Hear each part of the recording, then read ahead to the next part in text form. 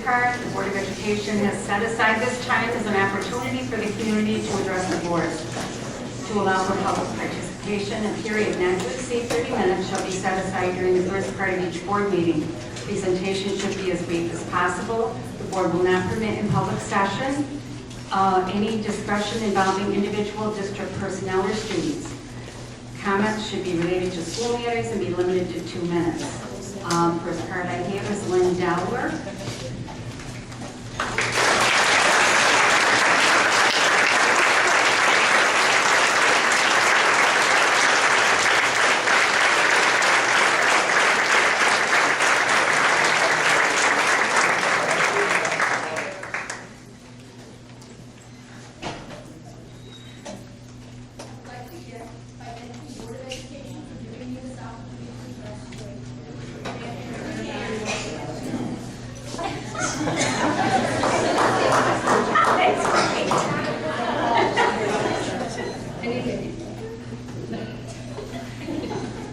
I would like to begin by thanking the Board of Education for giving me an opportunity to address you. This is the building in which I have spent the past 14 years teaching 7th grade science. I am here this evening representing all my colleagues in the CSTA to speak to you about the state negotiations between the CSTA and our district administrators. I stand before you begging you to take notice of the state of negotiations. I ask you take the time to look at what is going on with negotiations and do what you can to help us. We are asking to be treated fairly, and we are asking that you show us that you value the role of teachers in Central Square.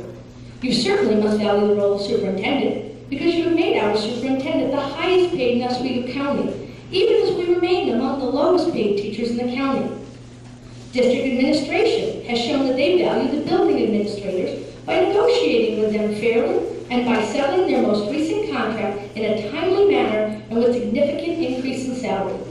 Some of this increase comes off the backs of our teachers in the form of a bonus tied to the APPR. I am disheartened as I see my colleagues lose hope in their future at Central Square and begin to search for jobs in school districts that demonstrate they value their teachers.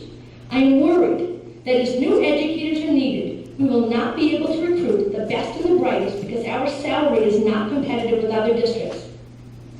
The biggest irony of them all is, as the members of Central Square Teachers Association do everything in their power to make the students of Central Square college ready, we are losing sleep at night, worrying about how we can manage to send our own children to college.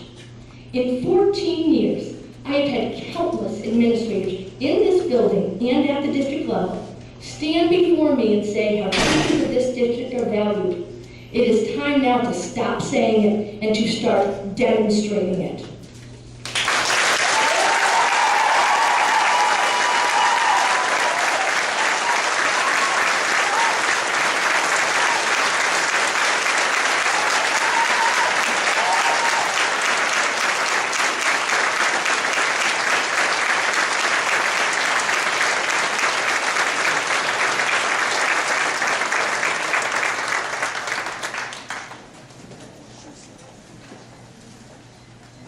Jay Terrell.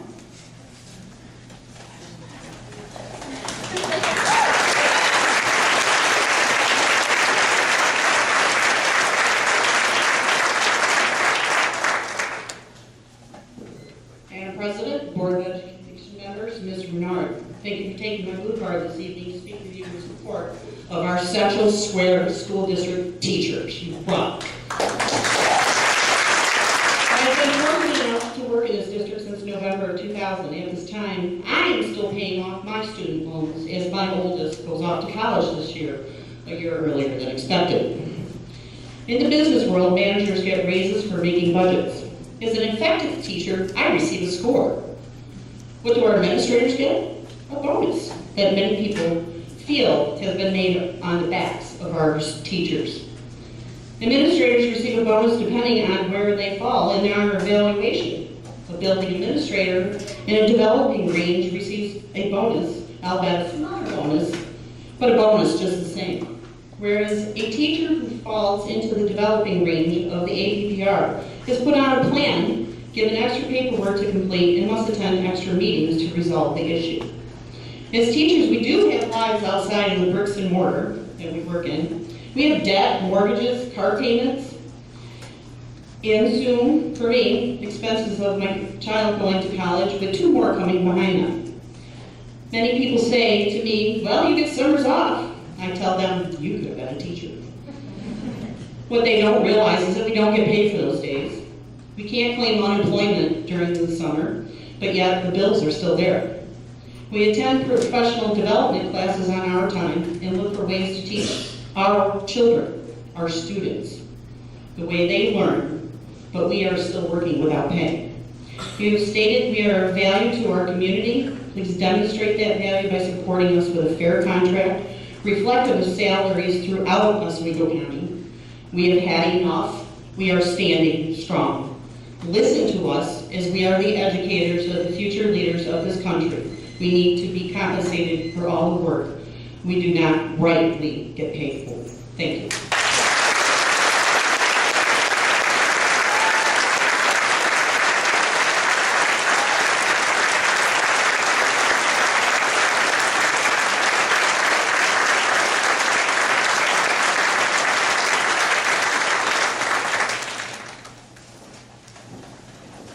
Sylvia White.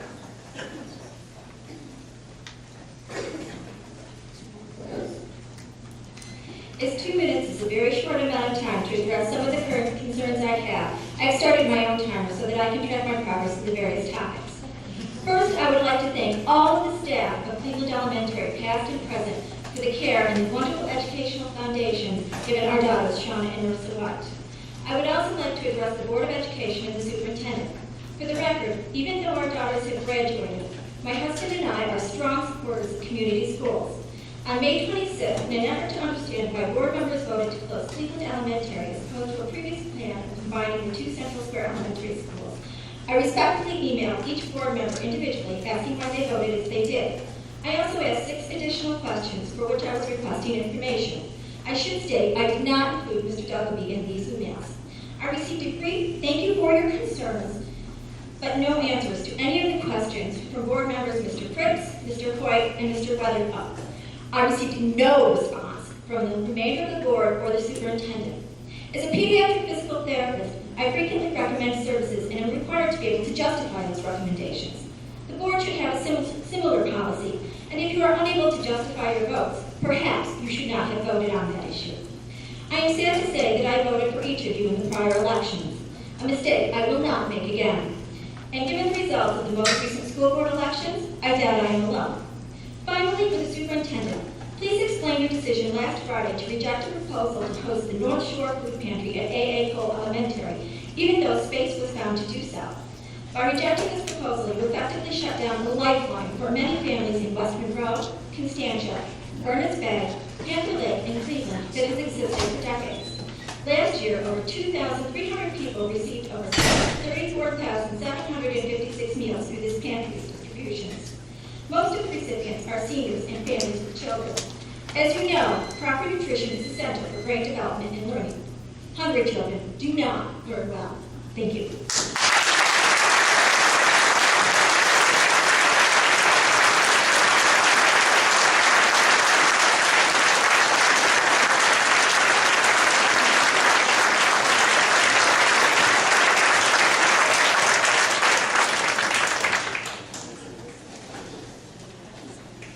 Nora Colbert Ostrander.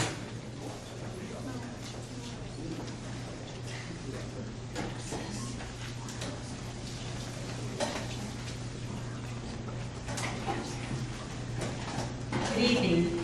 As a former teacher in this district, I've taught at A.A. Cole Elementary School for 35 years. I felt very pleased to have done so. Ora Cole was my great aunt. I grew up knowing her as a teacher, educator, and superintendent. She taught first and then was superintendent for 48 years. She gave 52 years of her life to this school district. I understand there is a proposal to change the name of Ora A. Cole Elementary School and call it North Shore Elementary at A.A. Cole.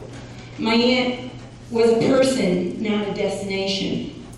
If you choose to change the name, please. Ora A. Cole goes first. She gave her life to this district. She is a living, breathing person still in our memories. This school should maintain her name. It was dedicated in her name in the 1960s, and it should remain so. She was a great aunt in more ways than one, literally and figuratively. I will never forget her, and I don't believe the people in this district will either. Thank you.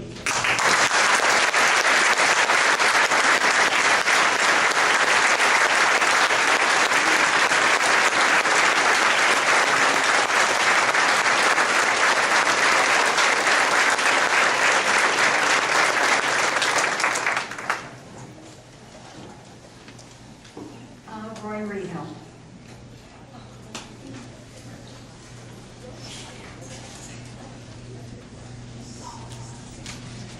Thank you.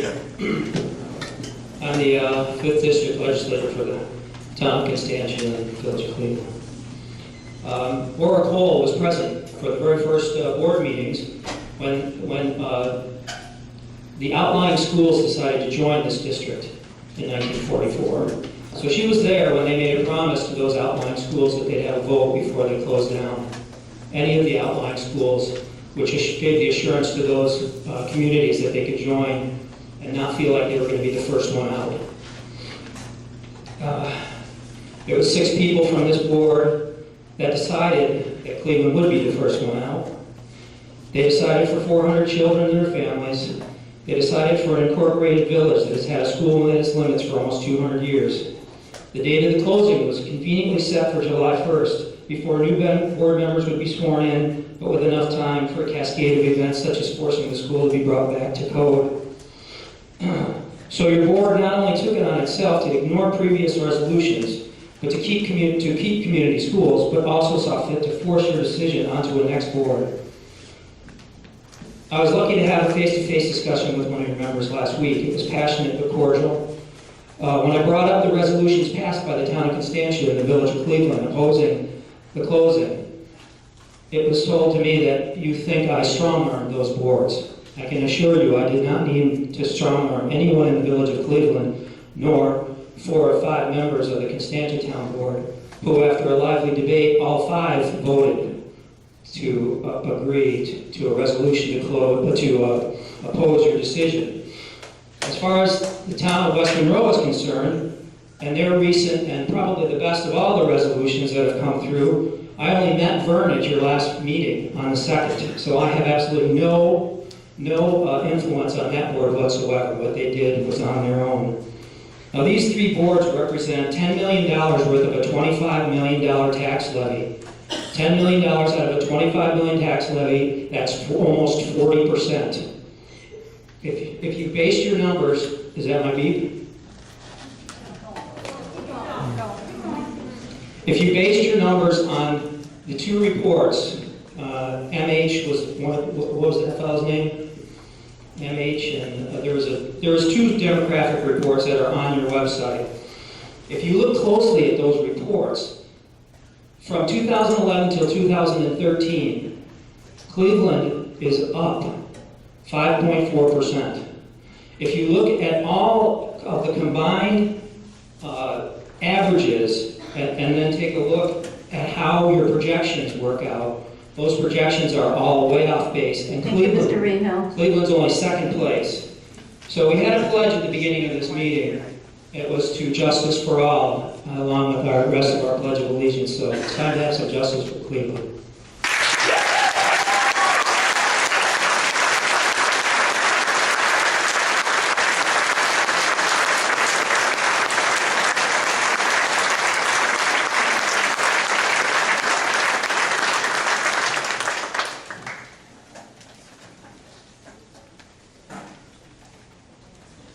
Do we have any board members that have anything to offer? We can't hear you. We can't hear you, Mr. Duffy. Thank you. The district office has provided in-house orientation to newly elected board members in the past. while I have less concern over that, having served 9 years, I don't feel it is an affront to me, or that there'll be much more to getting me up to speed on some of the recent decisions over the last year.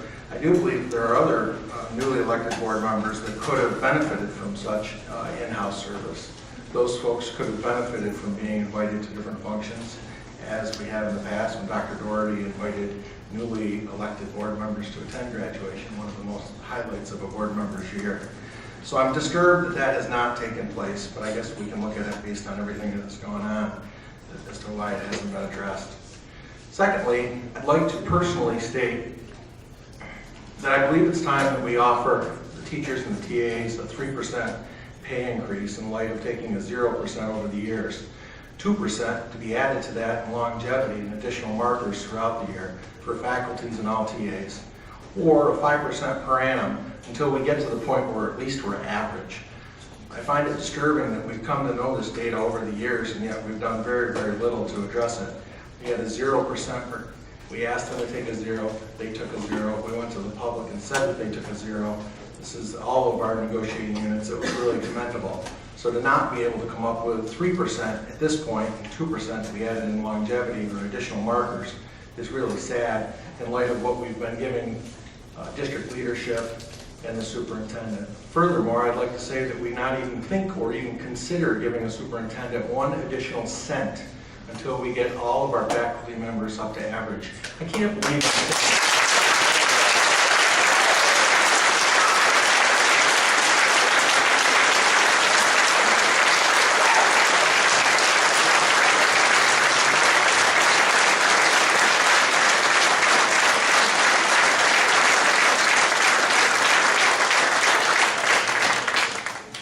I run organizations, and every year we look to get double-digit growth.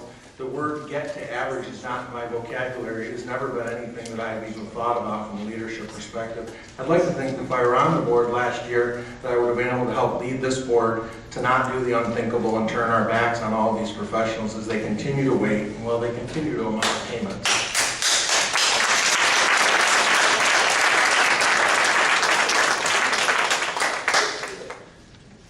I'd like to know if anyone here would, by a show of hands, believe that our professionals deserve 3% here. Does anyone have the confidence to raise their hand and say that I would like to see 3% go with a 2% add? Would anyone even have? It's not a vote. Does anyone believe that? It's not a vote. No, you have to go as it has to be a motion. I'm not making a motion, Mr. Weatherup. Right? That's how it works. So I guess I stand alone. I guess I stand alone in saying that I'm the only one on this board who would like to see our teachers and TAs get a 3% increase this year. I don't know that that's really fair for you to say that, because you know what, you're just throwing out a flat number. You're not throwing out any other kind of alternative to get to the 5%. So maybe until you do that, you should just say a flat 3% with a 2% increase over growth. No, I think that we have Ms. Ladd who can find the money. We have the money in reserves. We can let her find that money. That's what her job is to entail, to make the recommendations. I think people shouldn't be standing here to get their money. I Okay, agree. they should already been paid. And at the end of the day, there is no excuse for it. But you know what? It's been multiple years. Okay, so let's get up to speed, let's get it done, and let's move on. Well, that's awesome. So that we can count on you supporting, authorizing the superintendent to give at least 3%. I appreciate you saying that.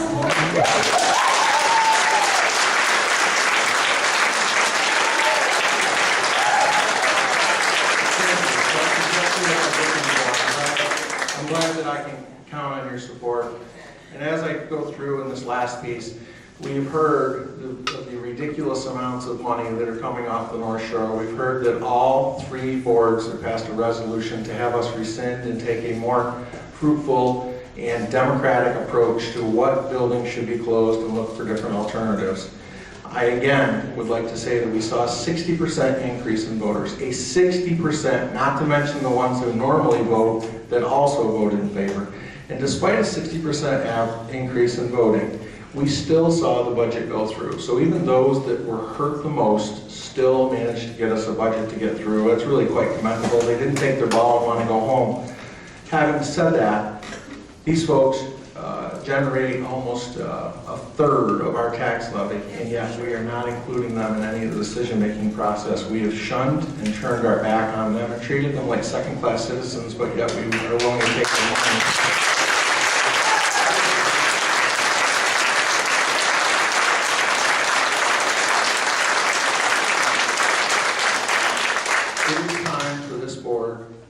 rescind its decision. It is time for this board to rescind its decision and to to move forward and look at this in a different light and to try to come up with a more equitable arrangement that doesn't feel as if part of the district's arm is being severed and torn off. Those are my thoughts. I thank you for allowing me to talk.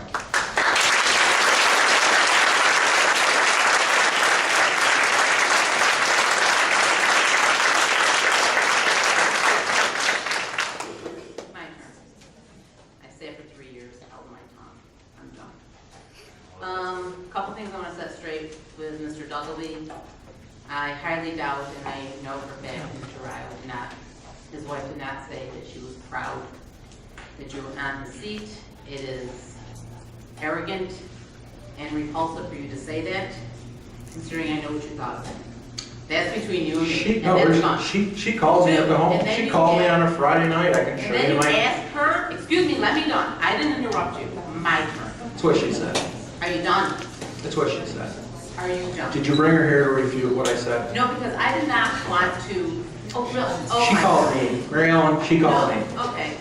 I agree that she called you, congratulations, and the woman has what? Then you asked her husband to go, why would he vote to close the school? Come on. I didn't ask her. Let's that. go. talk Yeah, small you did. business. That's one. So let the record say that was not said. Two, you keep referring to yourself as a superior and a leader board member. Scott, we gotta work together. You're just one vote, there's 9. You can't strong arm your way in, belittle people, badger them to death to do what you want to do. It doesn't work that way. 3, everyone here is complaining about the superintendent's salary. Who's the one that raised it when we were searching for one? That would be you and Mr. Fleury. Who So voted in my absence, I in did not. Fleury's absence, you voted to rescind the decision. Please don't Yes. talk to me about Yes. being a leader. Leaders would face me You head were there. on and You were debate the issue. Sure. I was not here. I was not You here. called me like 10 times. You So- made a motion in our absence to rescind it because you only had 6 people here. That's not what leaders do. They would debate it. So They then would apparently give you're all not these leader. people reasons to do what they did, Mary So Ellen. then This apparently- board's not done that. So apparently you're not a leader of the board. Okay, This I- board I- has not given these folks in the audience a reason as to why they're...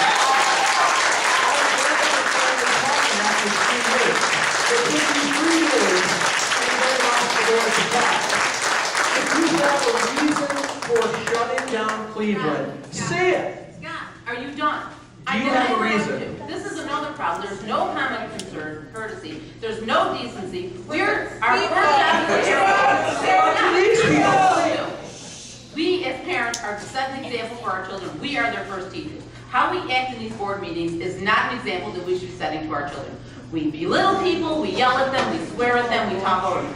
Would you like your child to do that to you? Would you like anyone to do that to your child? The answer I know would be no. If it was that versus my child being the sheep, you betcha. Sheep? That's correct. Sheep. Oh my God, I'm just telling you, this is how I feel. But apparently you won't let me say anything because again, you're trying to talk over everyone else. Responding. I'm not asking for a response. I know, that's But okay. I'm just saying, who's the one that upped the salary for the superintendent? I Asking a did. question. Okay, that's all. And, no, that's And funny, I do but not- put it in context. We agreed that because the teachers were taking a 0, that we would be much more liberal in the negotiations. We had that agreement. No, We did. no. You wanted someone with more experience. That was the initial salary when we got them. No, and, but I'm just saying, no one here wanted to close Cleveland. No one here thought this was a wonderful idea. No one wanted to do it. But with the information we are given and the information where it's going, that was our only Give your decision. reason then. Give 5 reasons. Give 5 points. I'm not gonna discuss, no. Give 5 points. Would you like time to prepare? Give 5 points. What do you want? Give 3 points. Give 2 points. I would ask any of these board members, do you have the ability to do that? We've done, I did. That's enough. All right, Serena, did you have something you Okay, I wanted to do, say? I do. All right. And I hope everybody's listening, because it's not just for the board discussion here. We, as a board have received several requests to come and attend some different things at Cleveland. And I know that they've come from different people, and I want to set the record straight that I know that many of us have responded and said, can't make it because of personal conflicts, family, work, whatever it might be, other commitments already to the district. But I also want to let those people know that are making that request that there's more emails that are coming besides those. We get a lot of emails, and again, you know what, I accept it, civic duty, I accept it, I have a pretty thick skin, I don't really take it personally, but many of the emails are in fact very personal, and they are very tactful. And while that may be okay, and I understand that people are angry and they need to say those kind of things, and I understand it's like a grieving process, I get that. The problem is that I don't know that I would even be welcome in Cleveland, and I gotta be honest with that, right now or in the near future, because that's not what everybody is saying. And I wanna also say that because we get multiple emails from the same people, if I were to take those emails out, and correct me, board, if I'm incorrect, and Scott, you haven't gotten them all because you haven't been on it since April 7th, but if we were to take those all out, for every one that says, why are you closing our school, we also have one that says, thank you for making that decision in the district. Unfortunately, I can't because they're board correspondence. But I would love the people to actually be able to, the road notes, to come and do those, yes. Because you know what, it's very personal. Listen, let me finish, okay? You wanna know why? Wanna know why I wanted to close the school? I'm gonna give you the reasons, okay? Because I think, it doesn't really, and it doesn't even matter if I give them to you, because quite frankly, it's not gonna be the answer anybody wants. Because what everybody wants to hear is that we're gonna rescind the decision. So let me tell you the reasons why I felt that was the school to close, okay? First of all, when we looked at closing a school, I looked at where is the least amount of resistance that I have to actually move. I have the ability to move an entire school. I have the ability to move an entire school. And many schools around us in our district have had to go to consolidation. I believe 400 schools have actually consolidated in the last few years in New York. Listen, I know they're not us, so let me. Okay, this is exactly why nobody wants to give answers. So let me talk to you guys, okay? So this is why I decided to do this. So we took that information, and many of our neighboring schools have had to go through this, or districts have had to go through the same situation. The feedback, ironically, from other school boards and other schools that have went through this has been, I'm amazed that you guys have actually been able to move an entire building. We've had to slice and dice and cut up kids and move them here and move them there. We've had to divide rows, we've had to divide families. It allowed us to do that. It allowed us to do that to actually move that entire building to another building, which creates an efficiency in the new building. It creates an enrollment opportunity. There is declining enrollment district-wide. It's not just in Cleveland, it's district-wide. If you look at that trend and you take those numbers and you trend them out, which I have done, in 10 years, you don't look any better than you do today. In fact, you look worse. So, the reality is consolidation, and when I was on when you get elected last year, and you have to go and do the meet the candidate night, somebody asked me, how do you feel about consolidation? And I said, it absolutely has to happen. At that time, did I know what school was going to be consolidated? No. Do I make decisions based on the facts that are there? Yes. Now, you're going to say to me that I'm decimating the community because that is the community hub. Unfortunately, in the school district, and we have to make school district decisions based on the money that we have and the things that we need to do, we don't necessarily say, well, let me see, is the school district responsible for creating a food pantry? Well, it's nice that we can do that, but that's not one of our responsibilities. Is it responsible to have the building open so that we can have community activities? Well, that's nice, but it's not always one of our responsibilities. Our primary responsibility is to educate these students and to do it in a way that they get the best education in the most efficient manner to do that and to consolidate our services. And that is the decision that I made to do that. Now, let me just go forward with this. The next question everybody has is, what are we going to do next?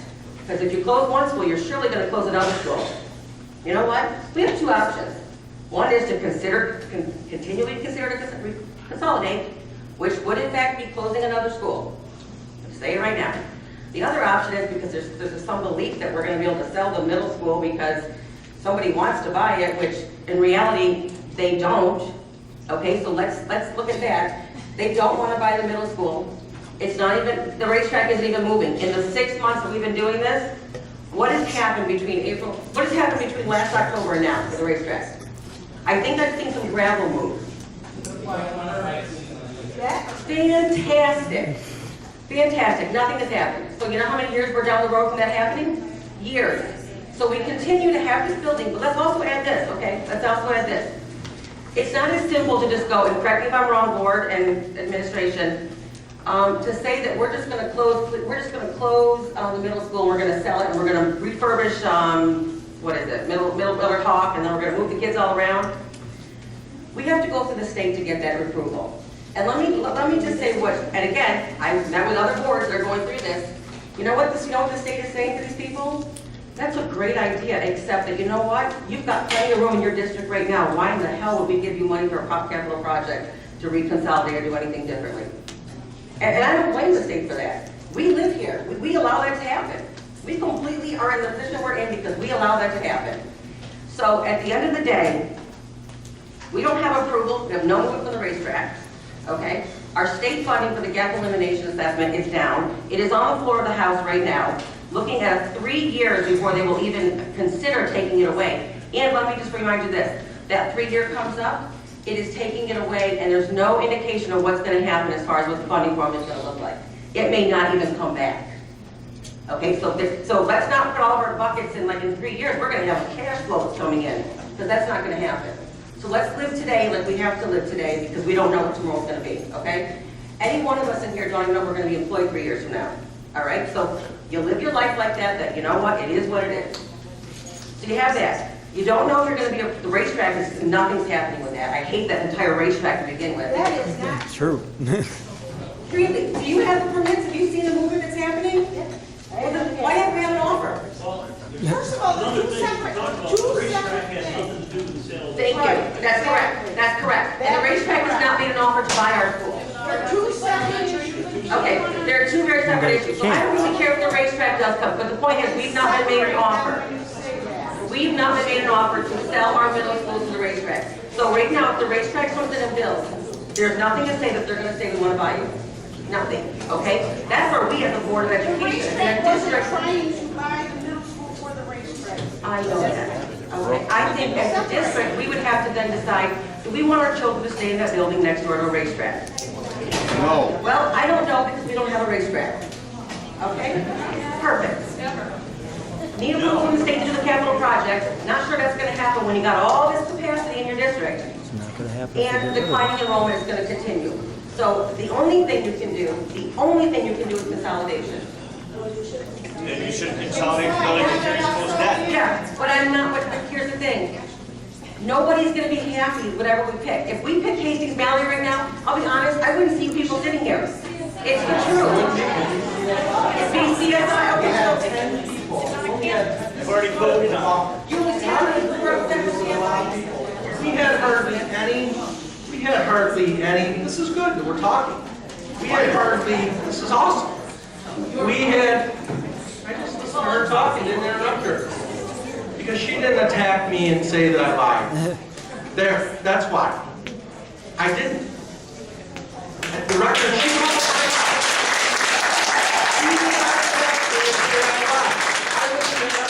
she said, and I agreed with actually quite a bit of it.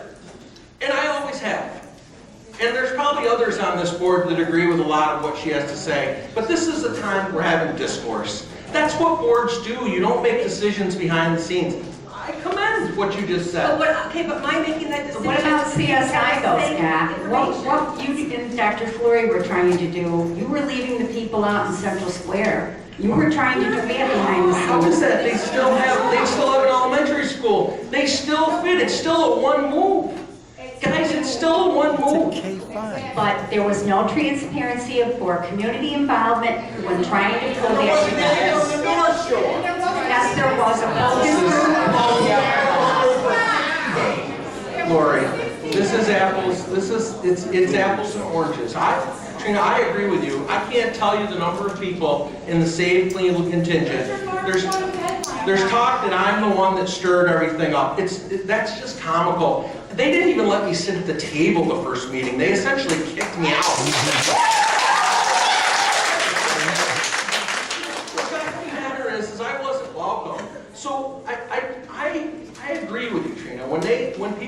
me about, you should just go with the middle school, I said, that would be nice if there was an offer. But given that that's not an offer, I don't think it's realistic of these board members to make a decision on the middle school piece. I said that in defense of this board.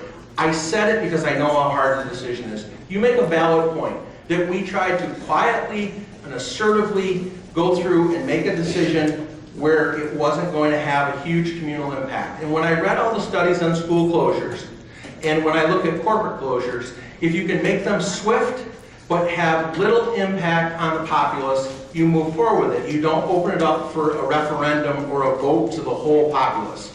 So the reason that that was on the table in 2012 was that you were only asking the kids to walk across the parking lot.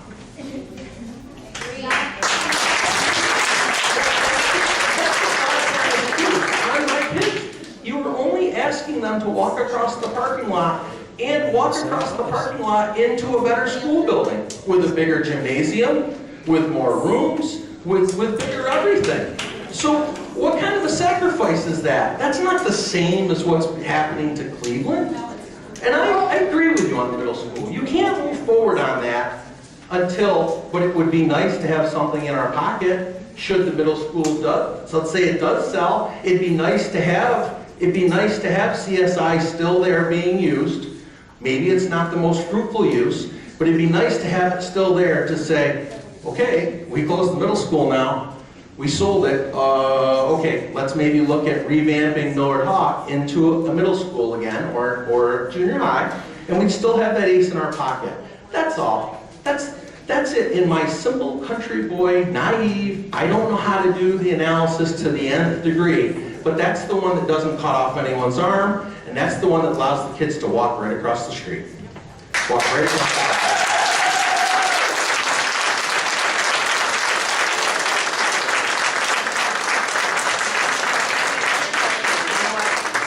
We have to address this food pantry issue, okay, because I can't read anything more about it or see more about it, because the reality is this. We do not have insurance, okay? We do not have an insurance policy that allows us to have a food pantry in our buildings. All right, right now the insurance policy is through the PTO, I believe. Is that correct? Can someone correct me on that? I believe that is correct, right? Okay, well, you know what? I think you might want to check with the insurance coverage on that, because if you cannot extend coverage for your carrier if you haven't got their permission and endorsement to do so. So you need to have an endorsed policy to have a food service operation on your policy. I would encourage you to do that, because here's the problem.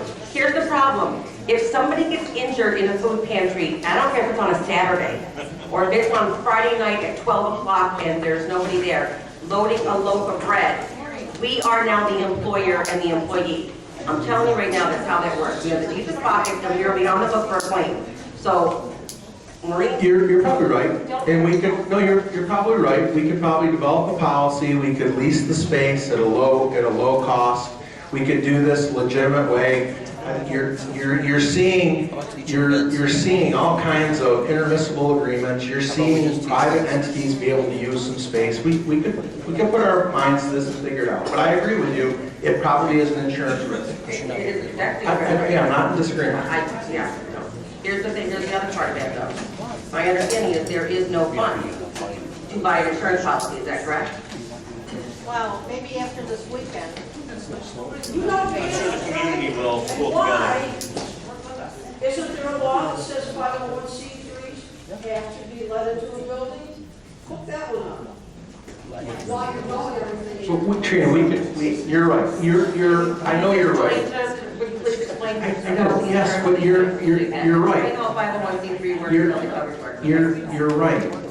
You are right. But we could solve that problem. We could assist. That's what community schools do. We look for ways to help the public. Not just the kids that we're teaching, but the public in general. That's why we have PTOs, PTAs, soccer programs, food services, Boy Scouts, Girl Scouts. That's why we do what we do. We have to outthink that problem. But I agree with you, it's a risk. Okay, I just want to ask our attorney that. Is that what it says in the policy law book, that that's what our responsibility is? I didn't say responsibility. We can offer the space. It's not even school purposes, and you set the rules by which the outside group Okay, but if our facility is not open, then obviously that's not an option.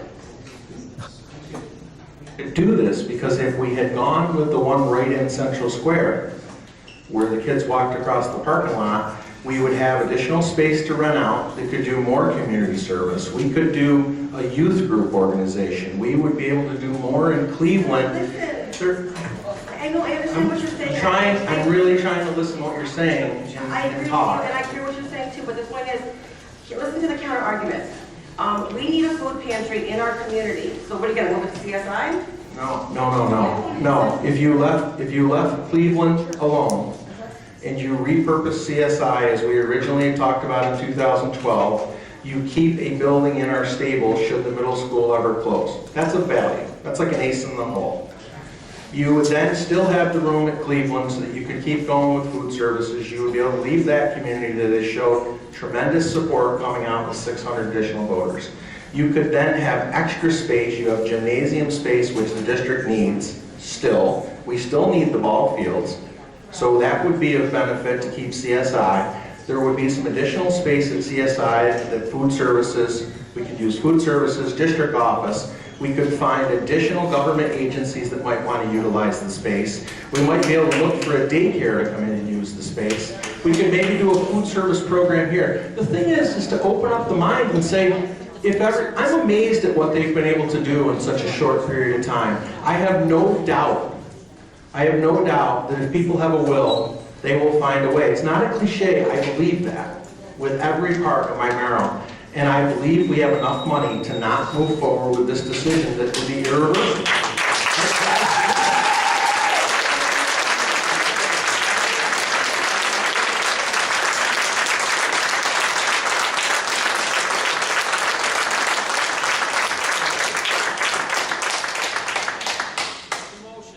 I would just like to say, it is the children of this district that are being served by the food pantry. We have a large number of families who have children in school, whether it's pre-K, whether it's When it wasn't in the school building, where were they getting their, how are they getting their services? When it wasn't in the school building, how are they getting there? How are they getting the services? Wait, I can answer that because it was in my church. Prior to being at this elementary, it was housed at the first baby at this church. Because the need grew so much, we were unable to post it there anymore. Exponential growth. And that's really what, when you look at making, it's not a cliche, leadership decisions, the opportunity that was afforded, I believe, when Mr. Eve brokered that deal to put them in that building, is what I believe has been of huge growth. When the man had to go around and give gifts, baskets, and bring food to different people, that had an impact on test results, it had an impact on family involvement. You can't discount the effects of poverty. And that's all. I mean, and I'm not arguing with Mr. Cripps. He had said the other day, and he was right, statistically he said there was he said from a head count, he said there's as much free and reduced lunch in Brewerton, whatever, as the North Shore. And he's right, from a head count, he's right. But from a percentage, when you do the math on a percent, yeah, I know you know that. I'm being complimentary to your thought. It's just, as a percentage, it has a much greater effect on kids if they don't have the money to eat, if they can't eat. You see it in inner city poverty all the time. This Bridges Out of Poverty is real. It's real. I see the faces of those children and those parents. It's not that the parents don't want to feed their children, they just can't afford to. They're working for. I can completely appreciate that because I was one of those children. Okay, so I can appreciate that. So when I hear about poverty and not being able to be successful and be a successful adult, I really struggle with that. I really do. Because you know what? Adversity is something that you have to go through, and poverty is something that many of us live through. And we become very successful as a result of it, not actually have to fall into it. I completely appreciate that, but there's I appreciate that. I'm gonna let that go. Can we look at policy 3280? Is it possible for people policy community use facilities? I'm sorry, what was the question? If we could look at policy 3280, community relations. Participation by public use of school facilities.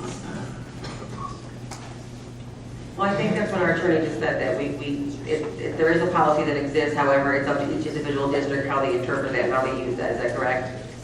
To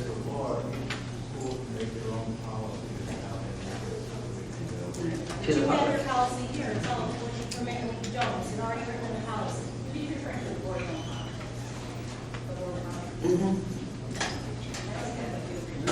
He's referring to the school law policy, which is 30. You want to look at our school board policy? Okay.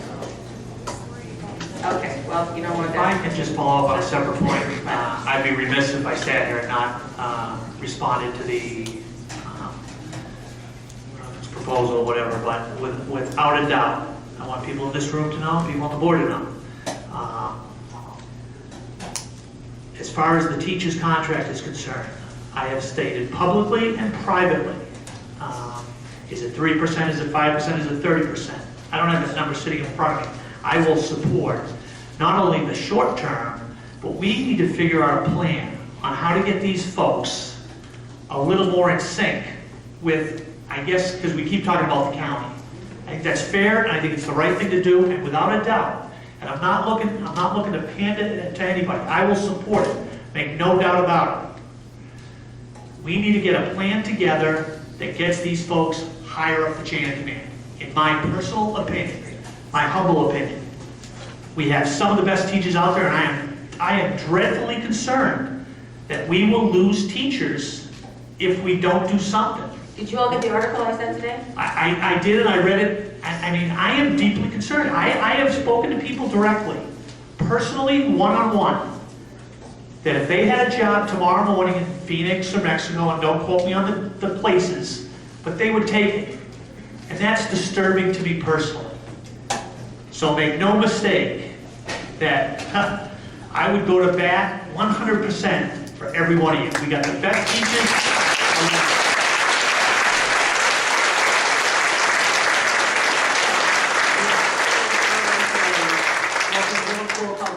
Which could be, Absolutely. DSSD could be slotted in there because it literally fit everything that we're going Absolutely. through, all 5 points. Absolutely. The point about this other thing is that concerns me is that when I have employees outside who are not paid what they feel they should be paid, or they are not valued, right? Their morale is down, they hate their jobs, and they really don't want to come to work. And that's not a disrespect to anybody, because that's exactly how I would feel, and that's completely normal. And the thing is, you know what, though, that has an effect on our students. I don't believe for 1 second that you guys don't do 150% every single day, because I know that you do. I know that you do. You give way more than you absolutely need to or have to. But the thing is that, you know what, it does have an impact on your work product, because at the end of the day, if I'm not getting paid for what I feel I'm getting due, I don't look like I owe anything to anybody. So it does have an impact, and okay, you know what, our kids are not, our kids are very fortunate to have you, because you do come to work every day knowing that you're not getting paid to do the work that you should be getting paid for. And still go above and beyond every single day. And I've never heard my child say that my teacher's not giving 100%. I've never heard that. And I don't think it's fair that you don't get 100% of what you're due. So don't mistake me, Autumn, that I don't think you're due what you should get paid. I think you should get paid more than you get paid today. I think you guys do way more than you're asked to do. And I don't think it's right. But in the same sense, we have to make that decision as a board, and we have to give that direction, and it has to be handled out, and it has to be adhered to. And that's how that goes. So we're not talking about it, do it. The public supports it, the teachers support it, the board supports it. And you know what, that's fantastic, Mr. Reed, because you know what? One of the biggest fears about the public is that, you know what, we're closing a school, and then we're gonna go ahead and give a significant increase to our teachers. I say, who cares? That's what I say. That's what I say. I'm all over it. I'm all over giving them exactly what they asked for, because I feel they deserve it and then some. I absolutely do. And I wouldn't work for what they get paid for, and I surely wouldn't do it when summer's off, because it really is not worth it. There's a notion that teachers can, if they don't like their income, that they can pick up and leave. Well, that isn't true in today's society. And if you look at the way that Central Square has put together its comp package, it's not possible. And the reason is this: when you look to go to another school district, they're not gonna let you come in at 15 years of service. They're not gonna let you come in at 20 years of service. They're not gonna let you come in at 25 years of service. So I agree with you that they do an outstanding job, but in the mind, the morale is they cannot just pick up and go wherever they want without losing years of service. The sad part about that is, though, is that many of our teachers could leave with 15 years of service and move into another district and get credited 5 and still be a push.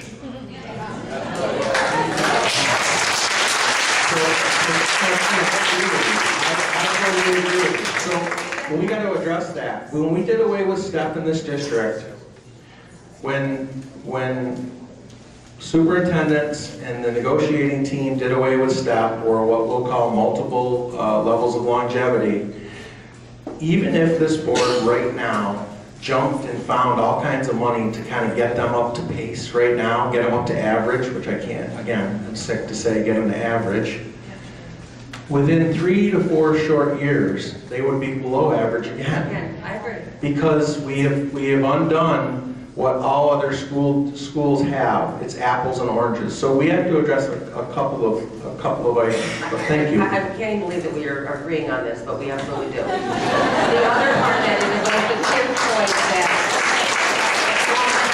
it's a long-term plan, that it's not a short-term. This is not a short-term fix. This is a marathon. This is a long-term plan. It's not a sprint. All right? So I completely agree with you on that. And I think our staff would appreciate hearing something that says, hey, here's a 5 or a 7 or a 10. I don't know what the plan is. And I don't have all the answers. I'm not going to sit here and Pretend that we do. pretend that I do. I don't even have the answers at home, let alone here. But, you know, they deserve, we need to do something. We gotta get moving on this stuff. And to Lynn Dowler, when people talk about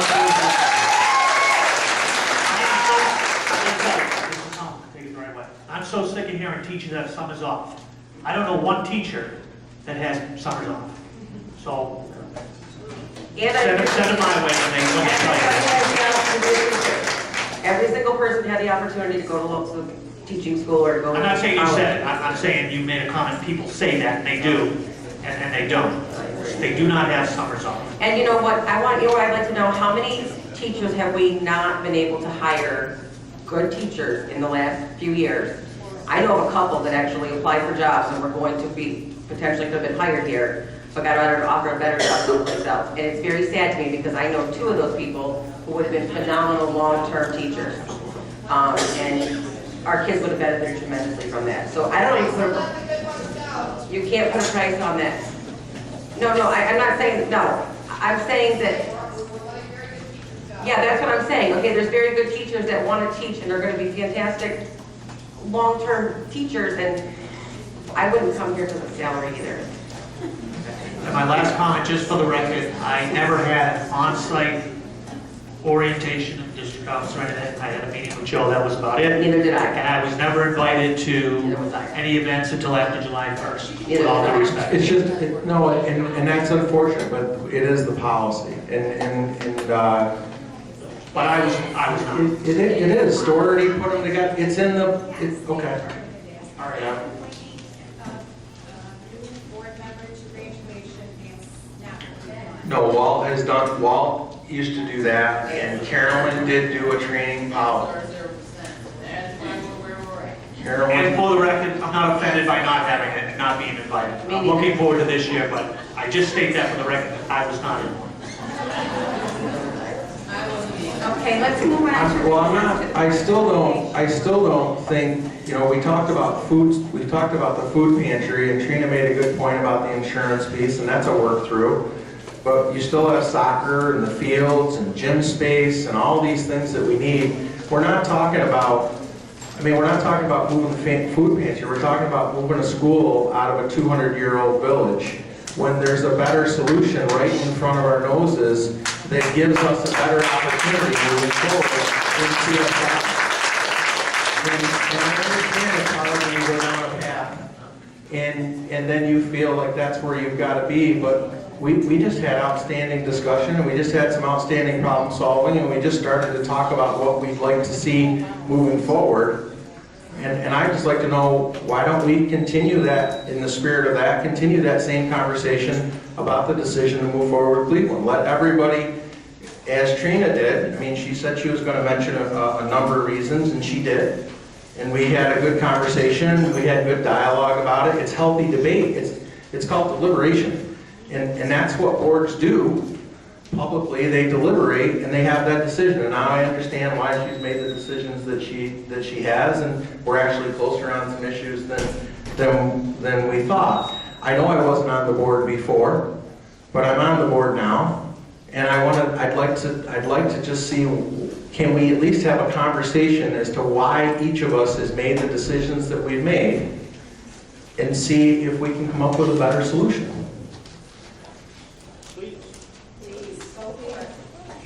Andy, I mean, you've had good conversations with Roy. I mean, what is it? Everything. So what about CS? Why do you not like the CSI option, Andy? Well, one thing that I don't understand. I'm just asking you a question. one thing I can say is classroom size is one thing. Second thing is, the ability to sell CSI if possible. That's another thing. We don't. What if we don't want to sell? It doesn't matter. There's still marketability. There's no marketability with CSI at all, period. It's in the middle, it's landlocked between two schools. I know. That's what makes it awesome. It's an It asset. also makes it a detriment. If we had to sell a building, we could not sell that building in the middle of the school. If we had to move forward with a second option later, if the funding, and I agree with You know you. what? I'm also gonna win the lottery too, but that's not gonna happen if I don't play. No, I'm saying if you had to end up closing another school, if we went a CSI And option. there's lots of things. But that's what was being talked You know about. what? I'm telling you my reasons. In addition to hers, those are some of the things. My son's class right now has 27 students in that with one teacher, period. doing to fix Does it change with Cleveland closing?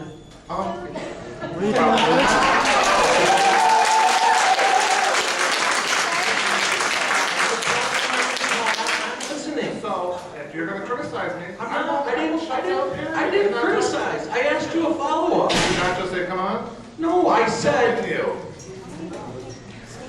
Okay, you know what? There's not just a march up the hill either mentality. You know how many kids are in those buildings together? Add them up. It's 60%, correct? Add the two buildings together, the number of kids. I don't care percentages, just the number of kids. You're right. There are some kids that are half a mile from Hastings that would be required to go to Which Hastings. is gonna result in Instead of what? driving 4.5 miles to Miller Talk Which is CSI. gonna result in what? Redistricting the whole school district. Yes!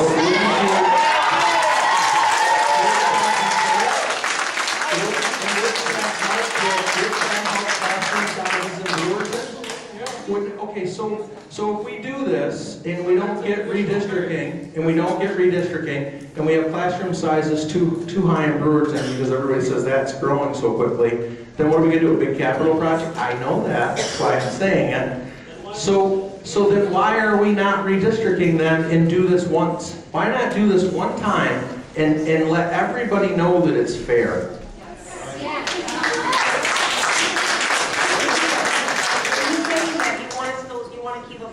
CSI empty is what you want to do. You No, want to no, redistrict. no. Okay, so if we redistrict everybody, okay, across the board, and we put some students out to Cleveland to make it more equitable as far as the classroom size goes, how long does that last? Are we in the same boat next year at the same exact time? We The are. population studies are wrong on what you guys. Maybe then you'll get more about the racetrack. Maybe by then you'll know.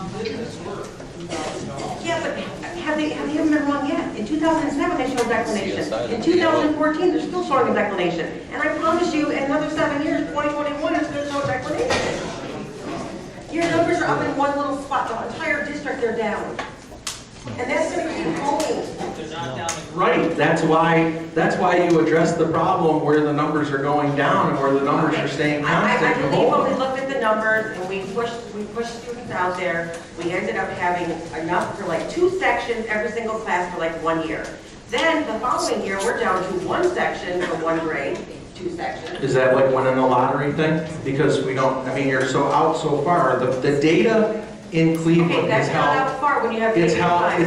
solid. Katrina, it's held solid. The numbers in Central Square are the ones that are going down. Okay, but there's still But many they more. are. There's still many more. I'm sorry there's still many more students. You know what, you've been pushing children out there to keep a school. I'm gonna use somebody said, if we were to like start over again, build a school, and we could start the whole district over flat, start over again, how many schools do we build up in the North Shore? How many schools do we build today? Middle school. There was 40. That's not what I'm asking. How many schools would you build up there? Oh, okay. What does that mean, that's what you're gonna get out of it? What does that mean? I mean, I'm really looking at CSI and Millard Hawk not being full, Andy. They're not full. And this decision, but this decision isn't doing anything. It's not doing anything for classroom size in Brewerton, it's not doing anything for classroom size at CSI, Millard Hawk, or Hastings. Mr. Carletti. Listen. I know that we don't have all the beds numbers in the air. We don't even have all the enrollment numbers coming in for this coming year. But am I correct in you kind of got a draft of what maybe the numbers might look like? Okay? But, okay, I know, I'm not going to hold you to it. But based on what you know today, is there classroom equitability across the district? I believe for next year, I believe it's much more balanced next year than it is for teachers. It's not too. It's not fair to the teachers that have 12 kids in a class compared to the teachers 27 students. I agree. It's not fair to teachers. But you're not fixing it. I don't disagree. I would much rather have my child in school, in the classroom with 12. Hands down. I mean, Where's the classroom at 12? I agree with you. Where's the classroom? it's not, you have to think more than just that one area. But when we redistricted in 12, it did it. It fixed it. It's a fact, straight.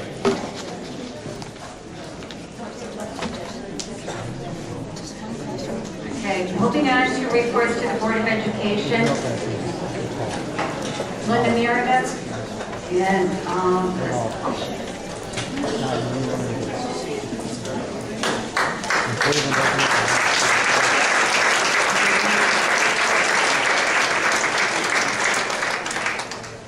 Don't worry about it really quick.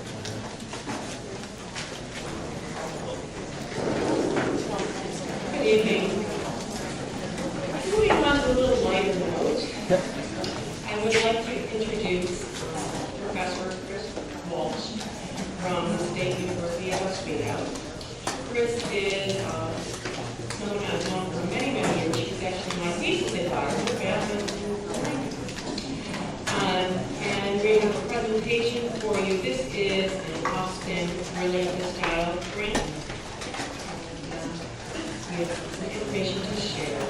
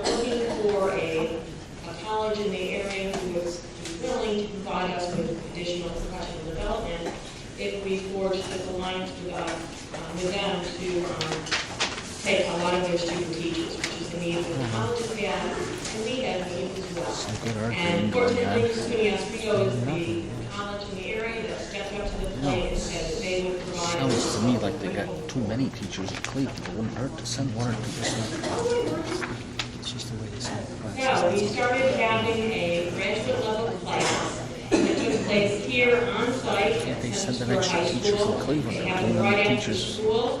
There'd be less It teachers, was so more under in the class. umbrella of formative That would make too much assessment. sense, you know what I'm And saying? we had many teachers that signed up to do actual research in their classrooms and it took place throughout the school year. I'm going to quickly go through these slides. This is a presentation that Chris and I gave at the Phoenix Extension site. We share this with districts throughout the county. So these slides show you the teachers that were involved, range from elementary, middle, and secondary teachers. Most of them chose to collaborate with peers. This gives you an idea of the number of students that were directly affected by the project that the teachers had in their classroom. So this sort of gives me goosebumps to think of the hundreds of students that were affected by the changes these teachers made.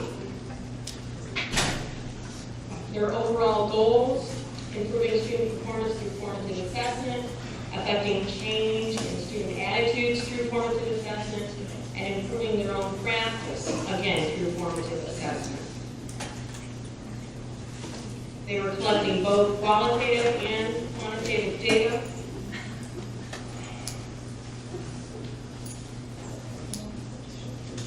Thank you for letting us present this tonight. I'm very excited to really reveal and celebrate the great work that 30 Central Square teachers did on our formative assessment course. We had teachers from all the buildings in the district, just about every subject area, every grade level, and at a time when all teachers are being asked to do more and more in the classroom. I just have to say that I was so impressed with the quality of the work that came from these 30 teachers this year. We began in September planning the course. Linda and I sat down and really co-created it, and there were two big focal points that we had to cover. All teachers had to think of a question that they would like to address in their classroom this past year. Something that would change something that the students were doing, change something that they were doing to improve student learning. So they collected student learning data in all these ways. They looked at test scores, participation, motivation, engagement, quizzes, participation. Teachers became really aware of how they were doing what they were doing in their classrooms and documented it, documented the feedback they were giving to their students and what the students' responses were to that new feedback. So really it's a systematic documenting of student learning data over time that then gave them wonderful information about where to go next in their instruction. As considered why the teachers were motivated to take the class, these were some of their reasons. The convenience of the location, the opportunity to work and collaborate with their peers. They were able to earn college graduate credit. The price was also right. It was free. It helped their APPR and their desire to learn about the Common Core learning. Here's some photos of some of our wonderful teachers. So picture at the end of a long day of teaching, and we get together with 30 of us in the high school, in the computer room, and in the library. We became a real professional learning community by the end of the year. My expectations are very high for graduate students. I don't give away 3 graduate credits for nothing. Here are some comments that teachers made when we surveyed them at the end of the course. They said, these are the ways their teaching has changed as a result. My students are processing information and coming up with answers themselves. I've learned to take the time, more time to give them to process. I allow students to have more input into their grading process and to look to them for ways to improve their learning. I have higher expectations for my students, and I'm letting them process more before I jump in to help. Self-assessment has become huge in my classroom. So there are concrete changes based on the data that these teachers collected all year. Really exciting learning going on in your schools.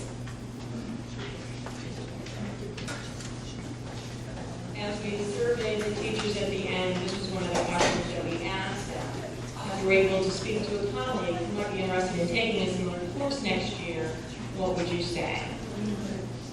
100% of them surveyed and said that they would highly recommend the class for the Crest.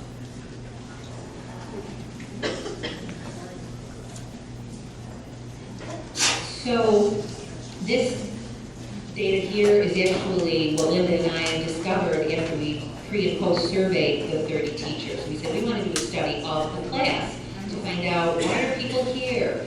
What are they learning? Why are we doing this if we're not all learning something? These are the 6 categories that came out of our data at the survey monkey. Lots of practical benefits to the teachers for enrolling in a class like this. It's totally worth it. It's not overwhelming, kind of laid back, but it's still a lot of work. It's got immediate applicability to the classroom.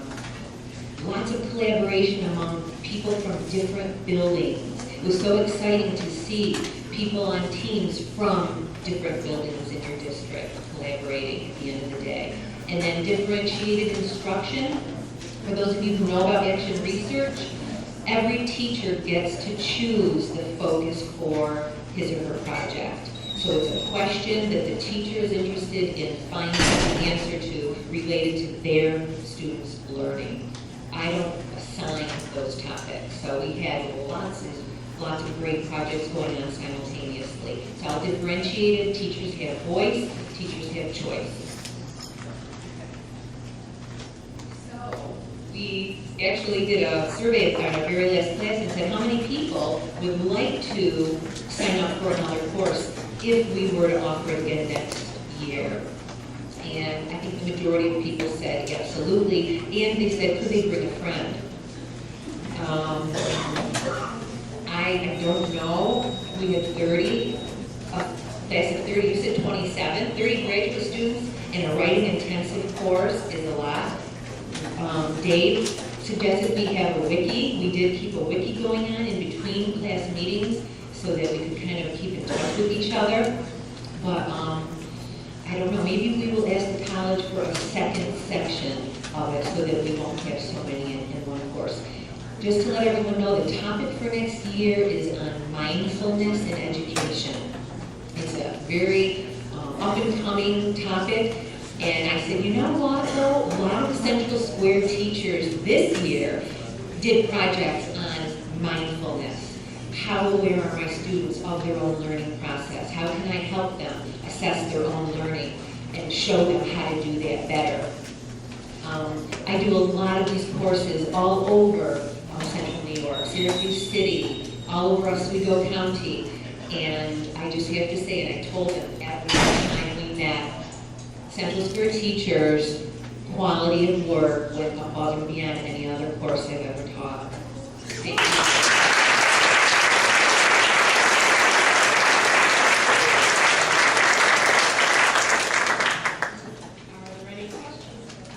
I have a question. Okay, so there was only 30 students. Were there students that didn't get in? And I say students, then graduate, professional. Oh, no, everyone, Chris was very generous with her time and, you know, she left everyone.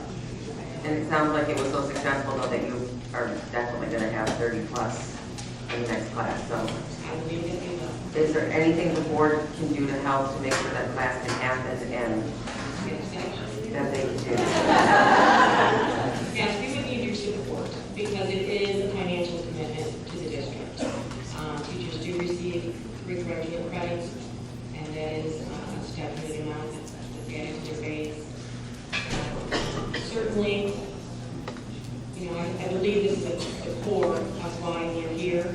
We certainly need to continue to grow our skills, to become more skilled in what we're doing every day to keep and we do need your support because if we have 50 people sign up, we would need to have 2 sections.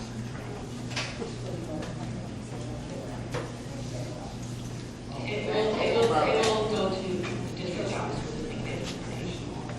Chris, you'll send something to us with what you're looking for, or what you'll have, or how many people? Yeah, I mean, we still have to send it out, see how many people are interested in signing up. But it was really wonderful. Yeah, that's fantastic. I'm so pleased. Good to know.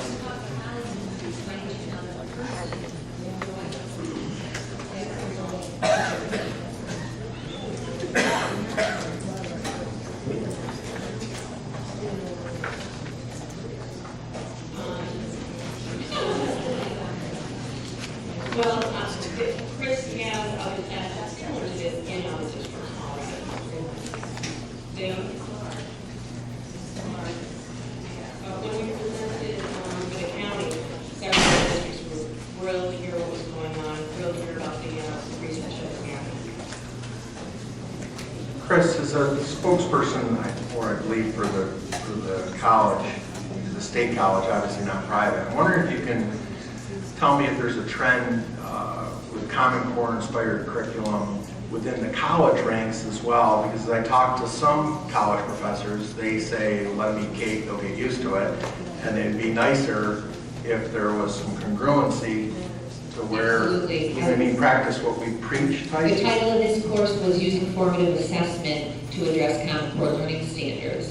And so the action plan that each team wrote identified all of the content area and the anchor standards in reading, writing, speaking, listening under Common Core, so that all of their work was definitely in line. Next year it will be mindfulness in education related to Common Core standards. So that is always a given in the grade courses that we're teaching. So the professors are going to be asked to do the same. They're going to see not an APPR, but something that looks and smells like it, and not Common Core, but they're going to try to get that on board across the country as well. Is that where the trend is going? There's a different kind of performance assessment for teacher candidates that has come from the state that we kind of have to jump through a lot of hoops that K-12 places have had to jump through. So the professors have to kind of change and match up as well, is what you're saying? Yes, we do. And Common Core standards are a regular topic of discussion at all of our faculty meetings. We are required to embed that and bring it to our teacher prep courses. Thank you.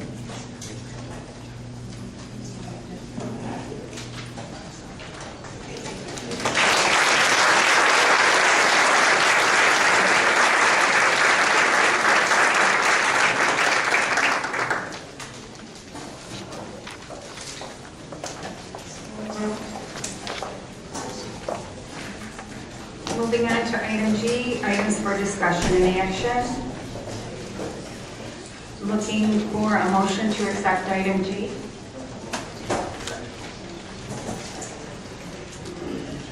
Any discussion on item G? All in favor? Thank you. Moving on to consent agenda, item H. Looking for a motion to accept consent agenda. Second. Any discussion on item H? I just have questions. On the approval request for transportation, obviously I know we get the insurance thing, but what about the, do we charge a fee for that? So we charge, okay, sorry, that was a question. Any other discussion? All in favor of item H? Moving on to personnel. Motion to accept item. I'll make a motion that we accept item I in its entirety as a present to me for coming on the board. I'd like to make that motion. I love personnel. Seconded. Any discussion? Taking a vote, all in favor? Randy? Okay, I'm sorry, I didn't see him. Okay.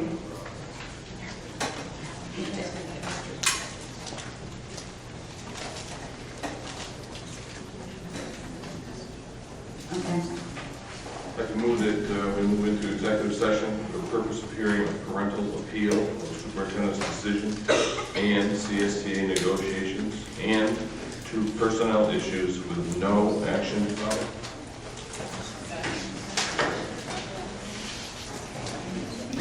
All in favor? Aye. Thank you. Mark, do we have to gavel the meeting closed even if we have no action to follow? We, in the past, have never done that, and that question's been raised. We've never, Mark, we've always moved into executive session with no action to follow. When we have no action to follow, we don't come back out and gavel the meeting closed. We typically don't do that. We've been through the training on that, and we've not had, there's no problem with that, is there?